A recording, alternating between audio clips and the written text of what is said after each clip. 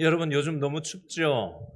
그죠? 너무 추우면 뼈가 아리다라는 느낌이 들잖아요. 저는 방금 찬양 제목을 보면서 이 추운 우리의 뼈를 아리게 만들 정도로 추운 요즘을 생각하면서 이런 생각을 해봤어요. 추위보다 죄의 영향력이 우리의 영혼을 더 힘겹게 만든다. 그러나 방금 불렀던 찬송의 제목처럼 예수님의 십자가 보혈이 우리의 죄 문제를 해결하여 주셨다. 그 은혜를 우리가 오늘 찬양하고 기뻐하고 감사하기 위해서 우리가 오늘 이 예배에 모인 줄로 믿습니다. 저를 한번 따라해 주시기 바랍니다. 예수님의 십자가 보혈이 우리의 영혼을 살리셨습니다. 아멘. 우리 옆 사람에게 눈을 쳐다보시면서 얘기해 주세요. 예수님의 십자가 보혈이 우리의 영혼을, 당신의 영혼을 살려주셨습니다. 오늘 참 잘 오셨습니다. 손을 이렇게 드시고 뒤도 보시고 앞도 보시고 환영합니다. 반갑습니다. 참 잘 오셨습니다. 인사. 2025년도 우리 교회 표어가 뭔지 아세요? 주보에 써 있는데요. 주보 일면에 보세요. 안 보셨군요. 예? 자, 2025년도 우리 길신교회 표어가 뭐예요? 다시 한번 여기 답도 다 있네. 주보에도 있고 여기도 다 띄워놨네요. 다시 한번 2025년도 길신교회 표어 시작. 예배로 부응하는 여러분 개인과 가정과 직장과 인생이 될 수 있기를 바랍니다. 이 표를 우리가 가지고 2025년도를 예배로 부응하기 위해서 설교를 지금 1월 첫째 주부터 오늘 2월 둘째 주까지 여섯 번째로 지금 예배로 이렇게 예배에 대해서 설명하고 저렇게 예배에 대해서 설명하고 다양한 방식으로 지금 예배에 대해서만 지금 6주째 계속되고 있고요. 2주도 할 거예요. 그래서 2월 넷째 주까지 총 8번에 걸쳐서 예배에 대한 시리즈 설교로 지금 계속해서 예배 주제로 설교를 이어가고 있습니다. 저는 오늘 말씀을 준비하면서 저의 개인적인 예배 경험이 생각이 났어요. 제가 설교하면서 몇 번이고 이 예를 설명을 드렸던 적이 있지만 양해를 구하고 오늘 다시 한번 말씀을 드리려고 합니다. 저는 대구에서 대학을 나왔는데요. 대학 4학년 때 제가 다니던 청년부에 그 교회는 대학생들만 모이는 대학부가 있었고 직장인들로 구성된 청년부가 따로 있었습니다. 그런데 대학부는 굉장히 많이 모였어요. 한 100여 명이 모였어요. 근데 직장 청년부에는 한 30대 중반 이후쯤 되는 그런 직장인들이 뭐 한 열 몇 명 정도 모이던 그런 어떤 직장 청년부였습니다. 그런데 대학 3학년, 4학년 올라가기 막천에 제 생각 속에 어떤 생각이 있었냐면 이 신앙생활 하는 걸 어, 이제 앞으로 취업을 하고 이제 대학을 졸업하면 이제 취업을 해서 세상에서 살아야 될 텐데 신앙생활이 예배당 안에 갇힌 신앙이 되면 안 되겠다. 그래서 직장 청년들 부서에 가서 직장의 차가운 현실 속에서 어떻게 믿음으로 살아가는지 현실을 좀 알고 그렇게 믿음을 세상 나가기 전에 내가 준비를 해야 되겠다 해서 마음 맞는 선배하고 몇 사람이 일부러 대학생인데 직장 청년부로 옮겨서 거기서 열심히 저희들이 했던 적이 있어요. 제가 대학 4학년 들면서 그 직장인 청년부의 회장이 됐는데 이 청년부가 막 부흥을 하기 시작하는데 열 몇 명 모이던 청년부가 막 20 몇 명, 30 몇 명, 40 몇 명 몇 달 만에 막 늘어나는 거예요. 근데 이게 너무 재밌는 거예요. 그래서 예배 전에 청년부 임원들하고 같이 예배당 바깥에서 준비 기도회를 하면서 같이 막 준비하고 열심히 막 했던 적이 있었거든요. 그날도 청년부 예배 드리기 전에 이제 임원들하고 같이 모여서 기도회를 하고 있는데 제 마음속에 하나님이 이런 생각을 주시는 거예요. 너 왜 예배 안 드리냐? 어? 나 예배 드리는데요? 속으로 제가 하나님한테 그런 생각을 가지고 야, 나 예배 드리는데 왜 하나님 예배 안 드린다라는 마음을 주시지? 또 예배 안 드리고 오늘 몇 명 왔는지 그것만 세고 앉아 있잖아. 그거에만 관심 있잖아. 예배는 나를 만나는 게 예배인데, 하나님을 만나는 게 예배인데 너 사람한테만 신경 쓰고 있잖아. 하나님이 그 마음을 주시는 거예요. 그래서 제가 그걸 깨닫고 임원들한테도 우리가 이거 놓친 것 같다라고 같이 기도를 하고, 저도 제일 뒤에 항상 앉다가 앞쪽 중간 앞쪽으로 그냥 확 가서 앉았어요. 그래서 이제 찬양을, 이제 청년들은 찬양을 많이 하잖아요. 한 30분 정도 찬양을 하고 바로 말씀으로 들어가는데, 찬양을 그 마음을 가지고 딱 예배당에 앉아 있으니까 첫 곡이 딱 음악이 나오는데 벌써 눈물이 막 주르륵 흐르기 시작하는데, 막 눈물이 주체가 안 될 정도로 막 눈물이 흐르는 거예요. 계속해서 찬양 시작할 때부터 끝날 때까지 계속해서 막 눈물이 줄줄줄줄 흐르는 거예요. 그리고 목사님이, 청년부 담당 목사님이 설교를 하시는데 그 말씀이 하나님이 나한테 하시는 말씀처럼 막 다가오는 거예요. 그래서 그렇게 은혜를 많이 받았던 그런 기억이, 제가 대학 4학년 때 그런 경험이 있어서 그게 문득 생각이 났어요. 말씀 준비하다 말고. 여러분, 교회에 출석하시는 많은 분들 중에 예배를 통해서 하나님을 만나야 되는데 사람만 만나고 가시는 분들이 없었으면 하는 마음이 제 안에 있어요. 의외로 하나님을 만나지 못하고 거저 왔다 거저 돌아가시는 분이 간혹 있어요. 이걸 형식적인 종교 생활이라고 할 수 있습니다. 오늘 설교 제목이 주보하고 다르게 한번 읽어볼까요? 설교 제목 시작. 형식적인 종교 생활에서 진정한 예배 생활을 회복하라. 형식적인 종교 생활, 종교인이라는 말이 있죠. 신앙인이라는 말도 있습니다. 종교인은요, 형식적으로 종교 활동을 하는 사람을 종교인이라고 합니다. 신앙인은 하나님을 인격적으로 만나고 하나님하고 동행하면서 살아가는 사람을 신앙인이라고 합니다. 똑같이 예배를 드려도 완전히 달라요. 종교인은 형식적으로 예배에 참여합니다. 건성건성 참여해요. 하지만 신앙인은 하나님을 만나는 경험이 있는 예배를 드립니다. 겉모습은 비슷해요. 그러나 내용은 확연히 다릅니다. 오늘 읽은 창세기 28장에 보면 야곱이라는 인물이 나와요. 야곱도 하나님을 만나기 전에는 종교인으로 살았습니다. 근데 하나님, 오늘 본문에서 하나님 만나고 나서 신앙인으로 야곱이 바뀌고 있어요. 야곱의 아버지 이름은 이삭이고요. 엄마 이름은 리브가예요. 아버지하고 엄마가 우리로 치면은 교회를 다녔으니까 야곱은 태어나면서부터 모태신앙이라고 많이 얘기하죠. 모태신앙. 엄마 아버지 따라서 그냥 자동적으로 교회 나간 거예요. 자기의 생각, 의지, 믿음은 전혀 없습니다. 그냥 부모가 가자니까, 그리고 조금 말 안 듣기 시작하면은 막 윽박 지르니까 강압적으로 어렸을 때는 따라 나가는 거죠. 그런데 머리가 굵고 나면 잔소리도 윽박 지른다고 듣나요? 듣지 않게 되죠. 야곱은 종교인으로 살아가고 있었습니다. 야곱은 우리로 치면 모든 종교 활동에 빠짐없이 참여했어요. 겉으로 보기에는 신앙이 있는 것처럼 보입니다. 그런데 야곱이 혼자 광야에서 어려움을 통해서 하나님을 만나는 장면이 오늘 창세기 28장에 나와요. 질문합니다. 저와 여러분은 어떻습니까?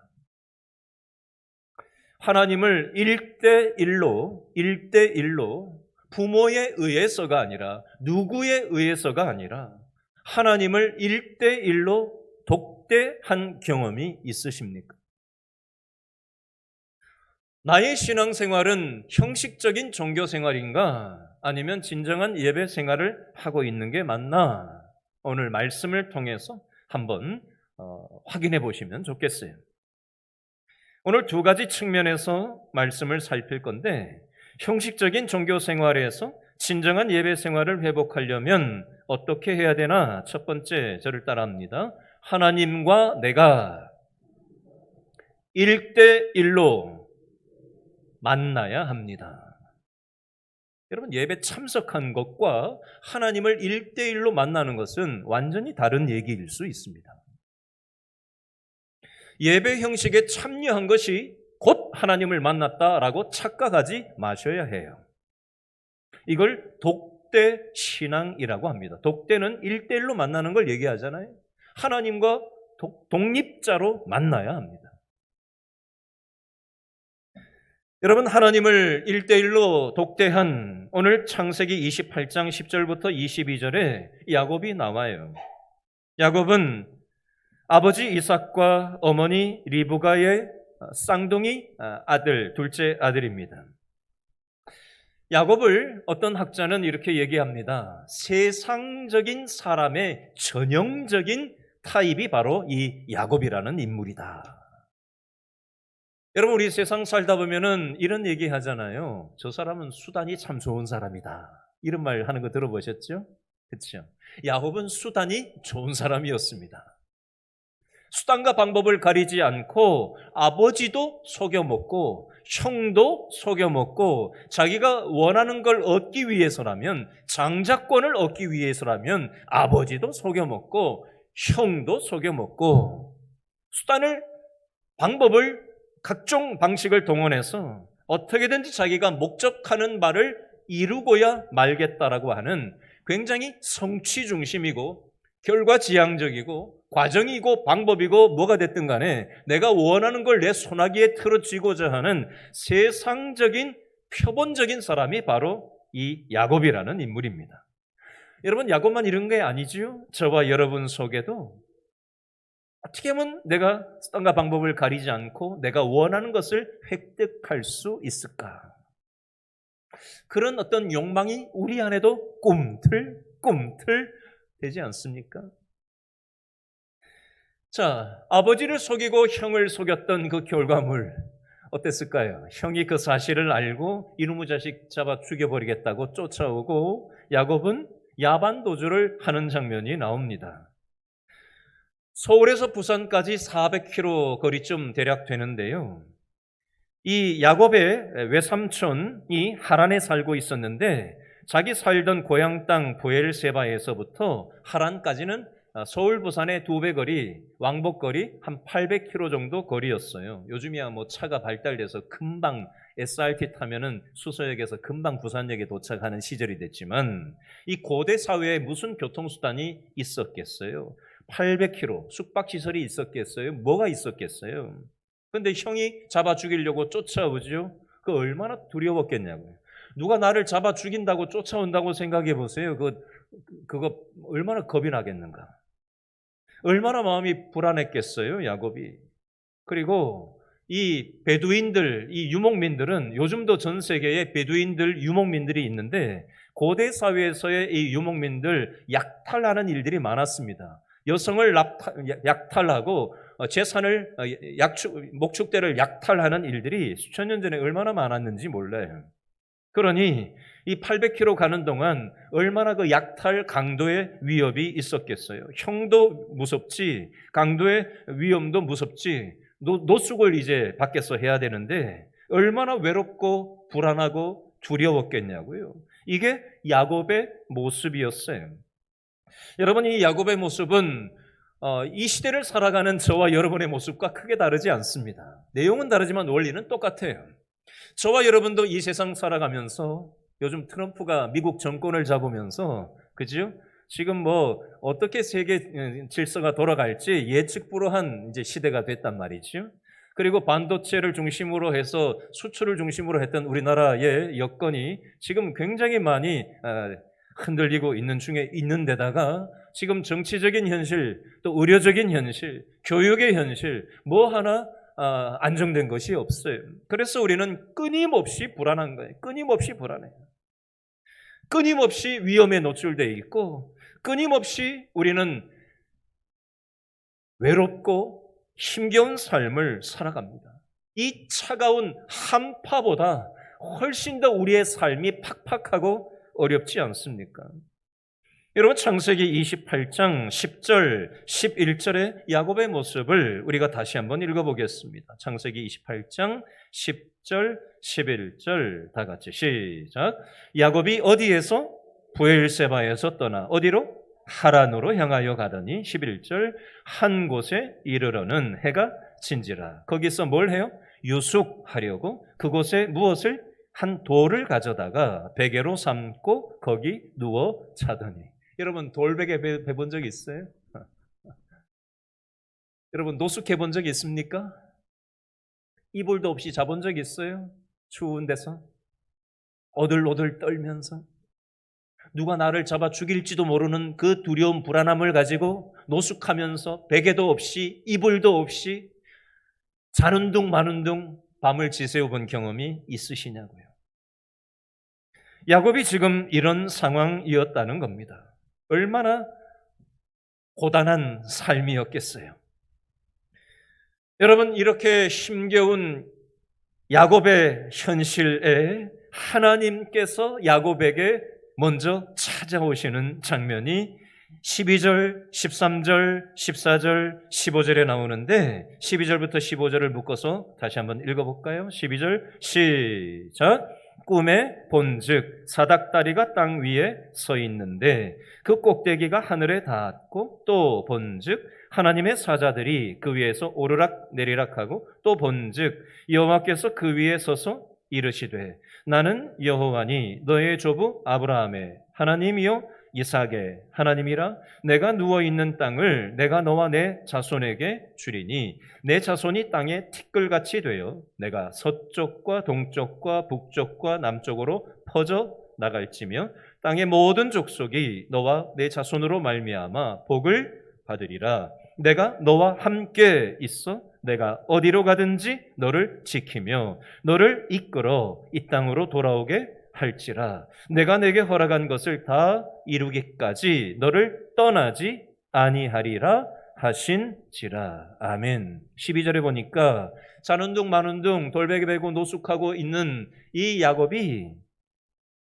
꿈을 꿨나 봐요. 꿈속에서 꿈이라는 형식을 통해서 하나님께서 야곱에게 찾아오셔서 말씀을 주시는 장면이 나옵니다. 여러분 하나님은 꿈을 통해서 우리에게 찾아오실 수도 있고요. 하나님은 우리가 병이 들어서 힘들 때 그 힘든 마음의 틈바구니 속에서 하나님은 우리에게 찾아오셔서 무언가를 깨닫게 하시는 방식을 사용하시기도 하십니다. 하나님은 우리가 인간관계의 어려움을 통해서 밤잠 못 자고 뒤척이는 그 밤에 야, 세상에 믿을 사람이 아무도 없구나. 나 혼자구나 라고 느끼는 그 밤에 하나님께서 세상 모든 사람들은 나를 내쳐도 하나님은 나와 함께 하시는구나. 이게 깨달아지는 어떤 방식을 통해서 하나님이 우리에게 찾아오시는 방식을 어떤 사람에게는 그 방법으로 찾아오실 수도 있어요. 사람마다 상황은 다 다르지만 하나님은 외로움과 불안함과 두려운 어떤 일을 만난 사람들을 불쌍히 여기시고 인생의 차가움에 맞닥뜨려진 우리의 현실을 안타까워하시고 우리의 눈높이에 맞게 하나님 자신을 우리에게 나타내 보여주십니다. 이게 하나님의 계시라는 거예요. 꿈을 통한 계시가 있고 사람을 통한 계시가 있고 성경 읽다가 하나님께서 계시하실 수도 있고 자신을 나타내 주시는 방식은 사람마다 다 달라요. 그러나 하나님께서 야곱에게만 나타나시고 계시하시고 만나주시는 게 아니라 오늘 불안함과 외로움과 두려움 속에 놓여 있는 저와 여러분에게도 우리의 눈높이에 맞게 하나님은 자신을 계시하시고 만나주기를 원하신다라는 것입니다. 우리가 하나님을 먼저 찾는 게 아니에요. 하나님이 우리를 불쌍히 여기셔서 야곱에게만이 아니라 저와 여러분에게도 찾아오기를 원하시는 거예요.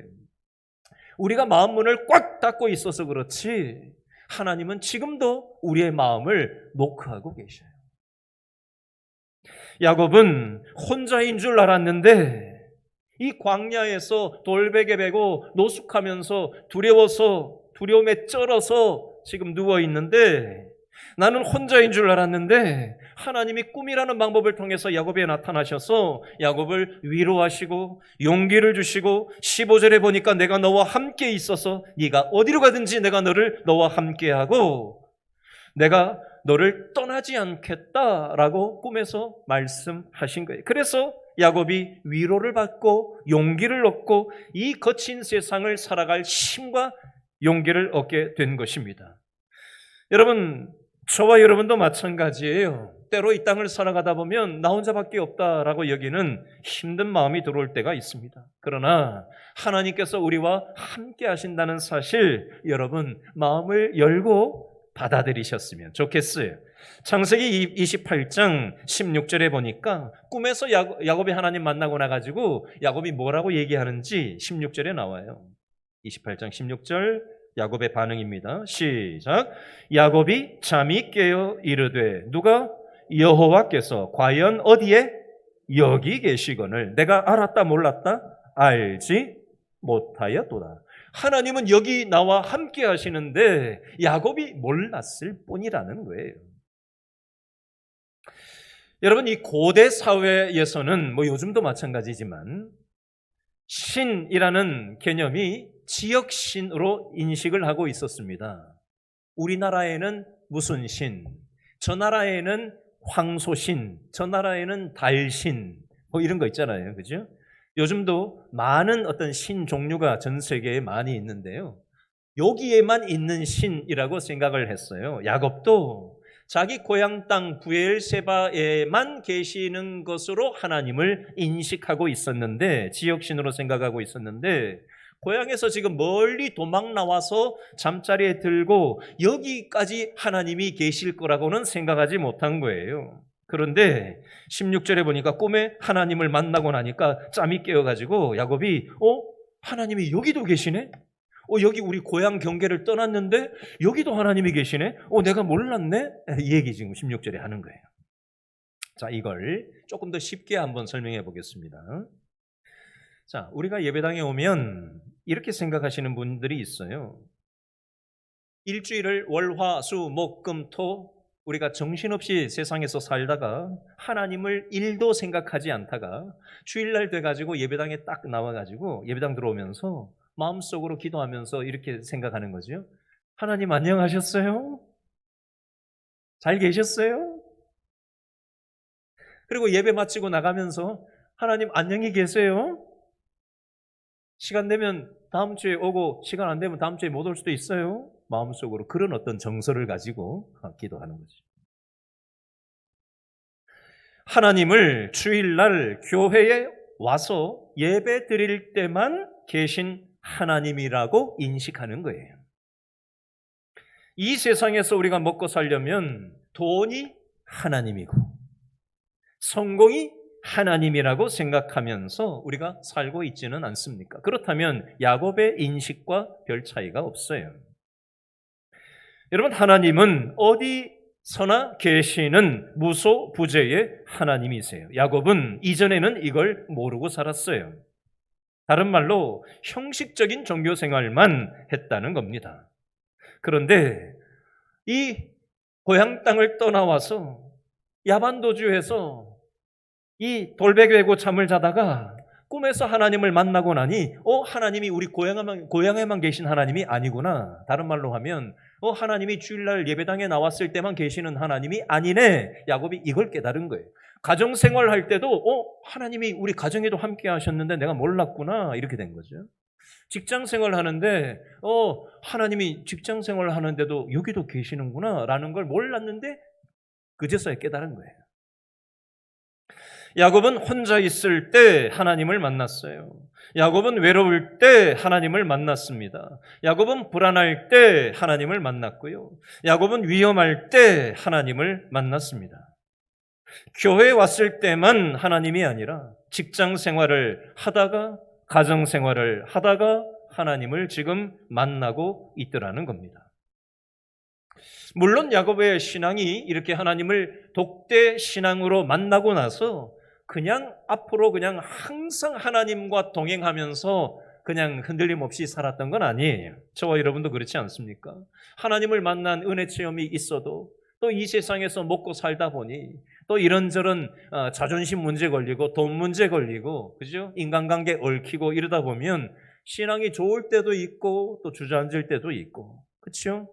교회 문제 생기면 또 막 신앙이 주저앉을 때도 있고 또 어떨 때는 또 은혜 받을 때도 있고 왔다 갔다 하잖아요. 야곱도 마찬가지였습니다. 그러나 기본적으로 하나님이 동행하신다는 사실을 생각하며 신앙하는 사람으로 변화되었습니다. 형식적인 종교 활동을 하던 야곱이 언제 하나님을 만나게 됐죠? 바로 야곱이 인생이 힘들 때 하나님을 만나게 됐어요. 자, 이걸 통해서 우리는 이런 교훈을 받을 수 있습니다. 저를 한번 따라 하시죠. 고난은 신앙의 유익이 될 수 있습니다. 다시요. 고난은 하나님과 독대할 수 있는 기회가 될 수 있습니다. 자, 예를 들어 보겠습니다. 지지난주에 요양원 신방을 우리 교회 성도 중에 9분이 요양원에 현재 계신데 7분이 요양원 신방이 가능하다고 해서 7분을 신방을 지지난주에 했어요. 근데 이분들 중에는 침대에 누워서 전혀 몸을 못 움직이시는 분도 계시고, 본인의 손으로 숟가락을 들어서 먹을 수 없는 분도 계시고, 그리고 그 중에 대부분은 저를 못 알아보더라고요. 다 저를 알아보셨던 분들이에요. 근데 요양원에 들어가신 지 얼마 안 되신 분인데 벌써 저를 못 알아보시게 됐더라고요. 그렇게 대화를 잘 나누시던 분입니다. 여러분, 평상시에는 우리가 건강이 좋을 때는 별로 이게 얼마나 감사한 일인지 별로 잘 인식을 잘 못해요. 근데 건강을 잃고 나면 건강한 게 얼마나 귀하다라는 걸 그제서야 깨달을 때가 있습니다. 병원에 가서 인공호흡기를 코에 꼽고 나서야, 입에 꽂고 나서야 자가 호흡이 스스로 호흡이 안 되니까 인공의 힘을 빌려서 이제 호흡을 하게 되는 거잖아요. 인공호흡기를 입에 달고 코에 달고 그렇게 호흡을 가쁘게 일주일이고 한 달이고 6개월이고 1년 동안 그렇게 인공호흡기를 끼고 호흡을 하면서 하루하루 한번 살아보세요. 그러면 내가 스스로 호흡할 수 있다는 게 이렇도록 귀한 거구나. 이게 당연한 게 아니었는데 내가 너무 당연하게 여겼구나라는 게 그제서야 깨달아지게 되는 겁니다. 숨을 쉴 수 있다는 거, 내 스스로 걸을 수 있다는 거, 내 스스로 밥을 먹을 수 있다는 거, 이게 당연한 게 아니라 이게 얼마나 소중한 거였는지를 그제서야 깨닫게 되더라는 겁니다. 야곱이 하나님이 바로 옆에 함께 하시는데 바로 옆에 계신 하나님을 깨닫지 못하고 인식하지 못하고 살다가 형식적인 종교 생활을 하다가 인생의 문제 앞에서야 하나님이 내 옆에 계시다라는 것이 깨달아져서 하나님이 여기도 계셨네? 내가 모르고 살았네? 라고 이제서야 인식하고 있는 것처럼. 저와 여러분이 요즘 이런저런 인생의 고난에 맞닥뜨려져 있습니까? 그 인생의 고난이 하나님을 독대할 수 있는 기회라는 사실입니다. 우리의 외롭고 힘든 시간에 야곱을 하나님이 먼저 찾아가셨듯이 하나님은 저와 여러분을 만나주기를 원하시고 지금 우리의 마음 문을 노크하고 계셔요. 그 하나님에게 마음의 문을 열어드릴 수 있었으면 좋겠어요. 두 번째, 형식적인 종교 생활에서 진정한 예배 생활을 회복하려면 어떻게 해야 되나? 저를 따라합니다. 하나님과 동행하는 신앙생활을 해야 됩니다. 간단히 얘기하면 동행신앙이라는 거예요. 동행신앙. 야곱은 하나님과 1대1로 독대하는 독대신앙을 했지만 하나님과 함께 동행하는 동행신앙도 했습니다. 하나님은, 여러분에게 질문 하나 해볼까요? 제가 애들한테 또 우리 세례 받으시는 분들한테 이런 질문 한 번씩 하거든요. 하나님이 지금 어디 계세요? 자, 이렇게 질문을 항상 잘해요. 하나님이 어디 계세요? 여러분 한번 답해 보세요. 스스로에게 한번 답해 보세요. 하나님이 어디 계세요? 어떤 분은 이렇게 얘기하시는 분이 있어요. 저 멀리 구름 위 높은 곳에 멀리. 그럼 제가 얘기를 하죠. 하나님이 우리 성도님 마음속엔 안 계세요? 여러분, 형식적인 종교 생활을 하는 사람들은 하나님을 어떻게 인식하느냐? 저 멀리 구름 위에 나하고 동떨어져서 멀리 계신 하나님쯤으로 생각합니다. 주일날 교회 왔을 때만 하나님이 예배당 안에 갇혀 계신 하나님으로 인식합니다. 하나님은 멀리 계신 분이 아니고 특정한 장소나 특정한 시간에만 계신 분이 아니라 항상 우리와 동행하시는 하나님이에요.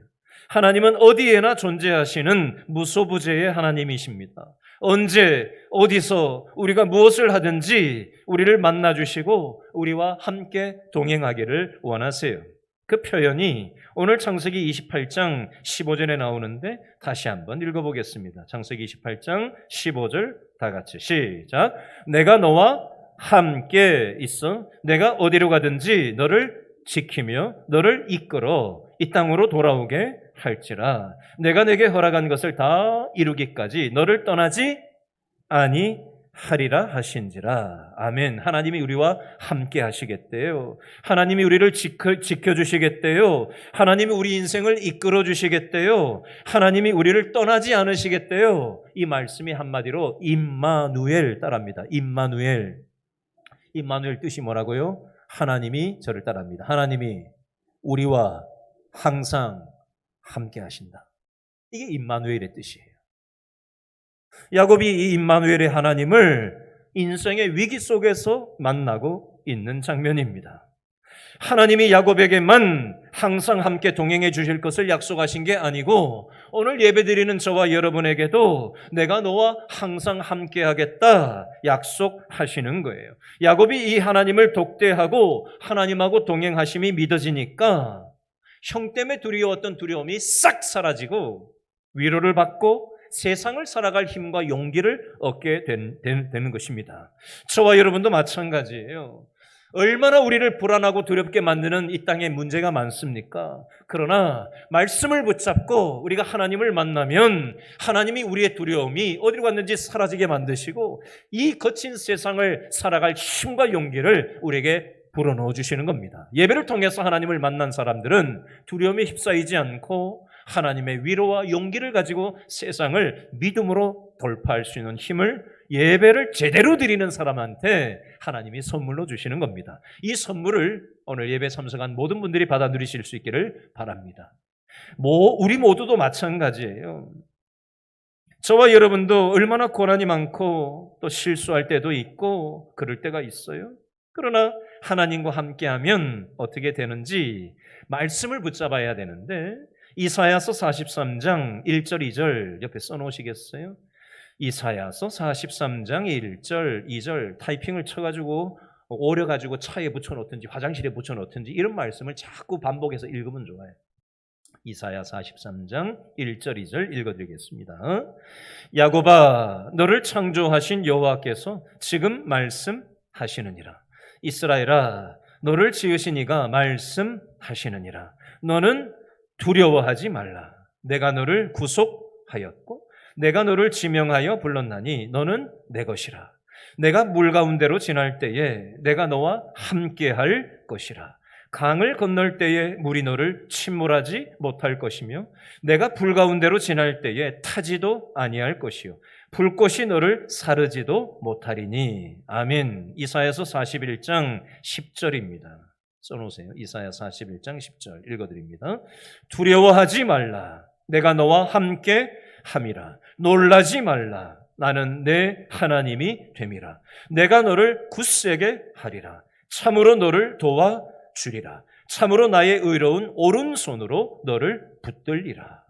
마태복음 28장 20절이에요. 핵심만 말씀드립니다. 따라합니다. 내가 세상 끝날까지 너희와 항상 함께 있으리라.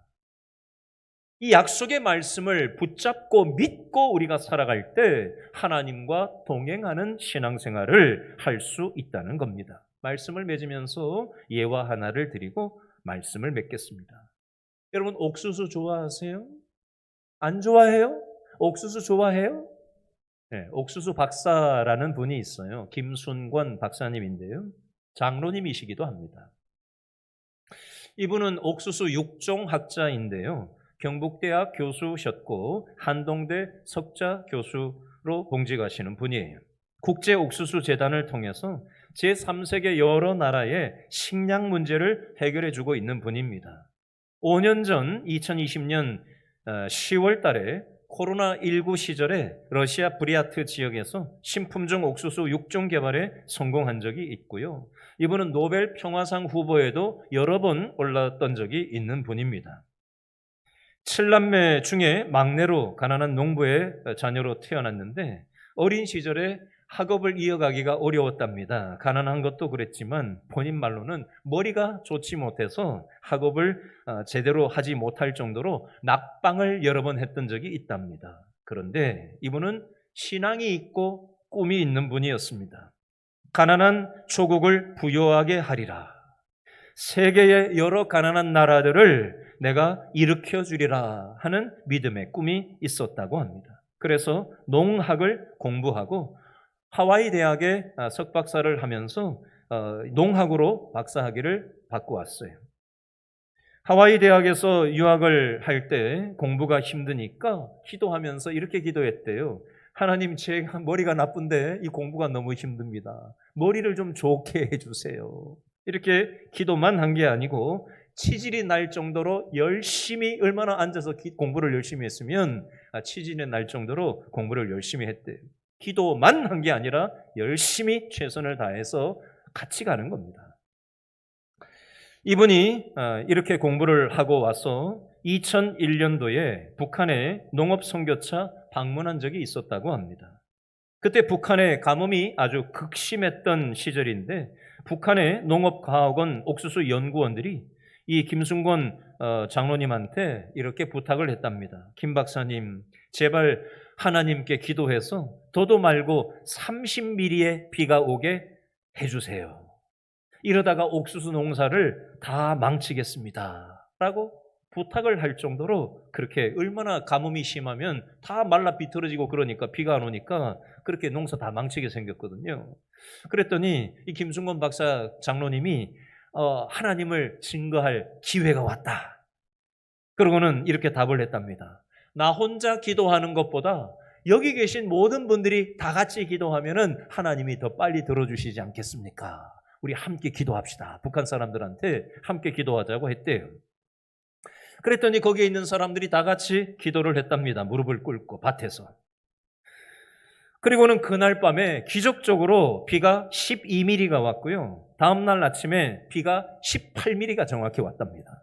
12mm 더하기 18mm 합이 30mm. 30mm만 비 오게 해달라고 그랬는데 정확하게 그날 밤에 12mm, 그 다음날 아침에 18mm, 30mm가 정확하게 오는 그 기적적인 경험을 하면서 그 함께 했던 사람들이 깜짝 놀라는 그런 일들을 경험했다고 합니다. 제가 이 얘기를 왜 할까요? 하나님과 동행하시는 하는 삶의 한 예를 드린 겁니다. 여러분, 질문합니다. 저와 여러분들은 종교 생활을 하고 있습니까? 아니면 진정한 신앙생활, 예배 생활을 하고 있습니까? 야곱도 종교인이었어요. 그러나 인생의 어려움을 통해서 하나님을 만나고 나서는 하나님과 동행하는 인생을 살았습니다. 물론 야곱도 완벽한 삶을 살지는 못했어요.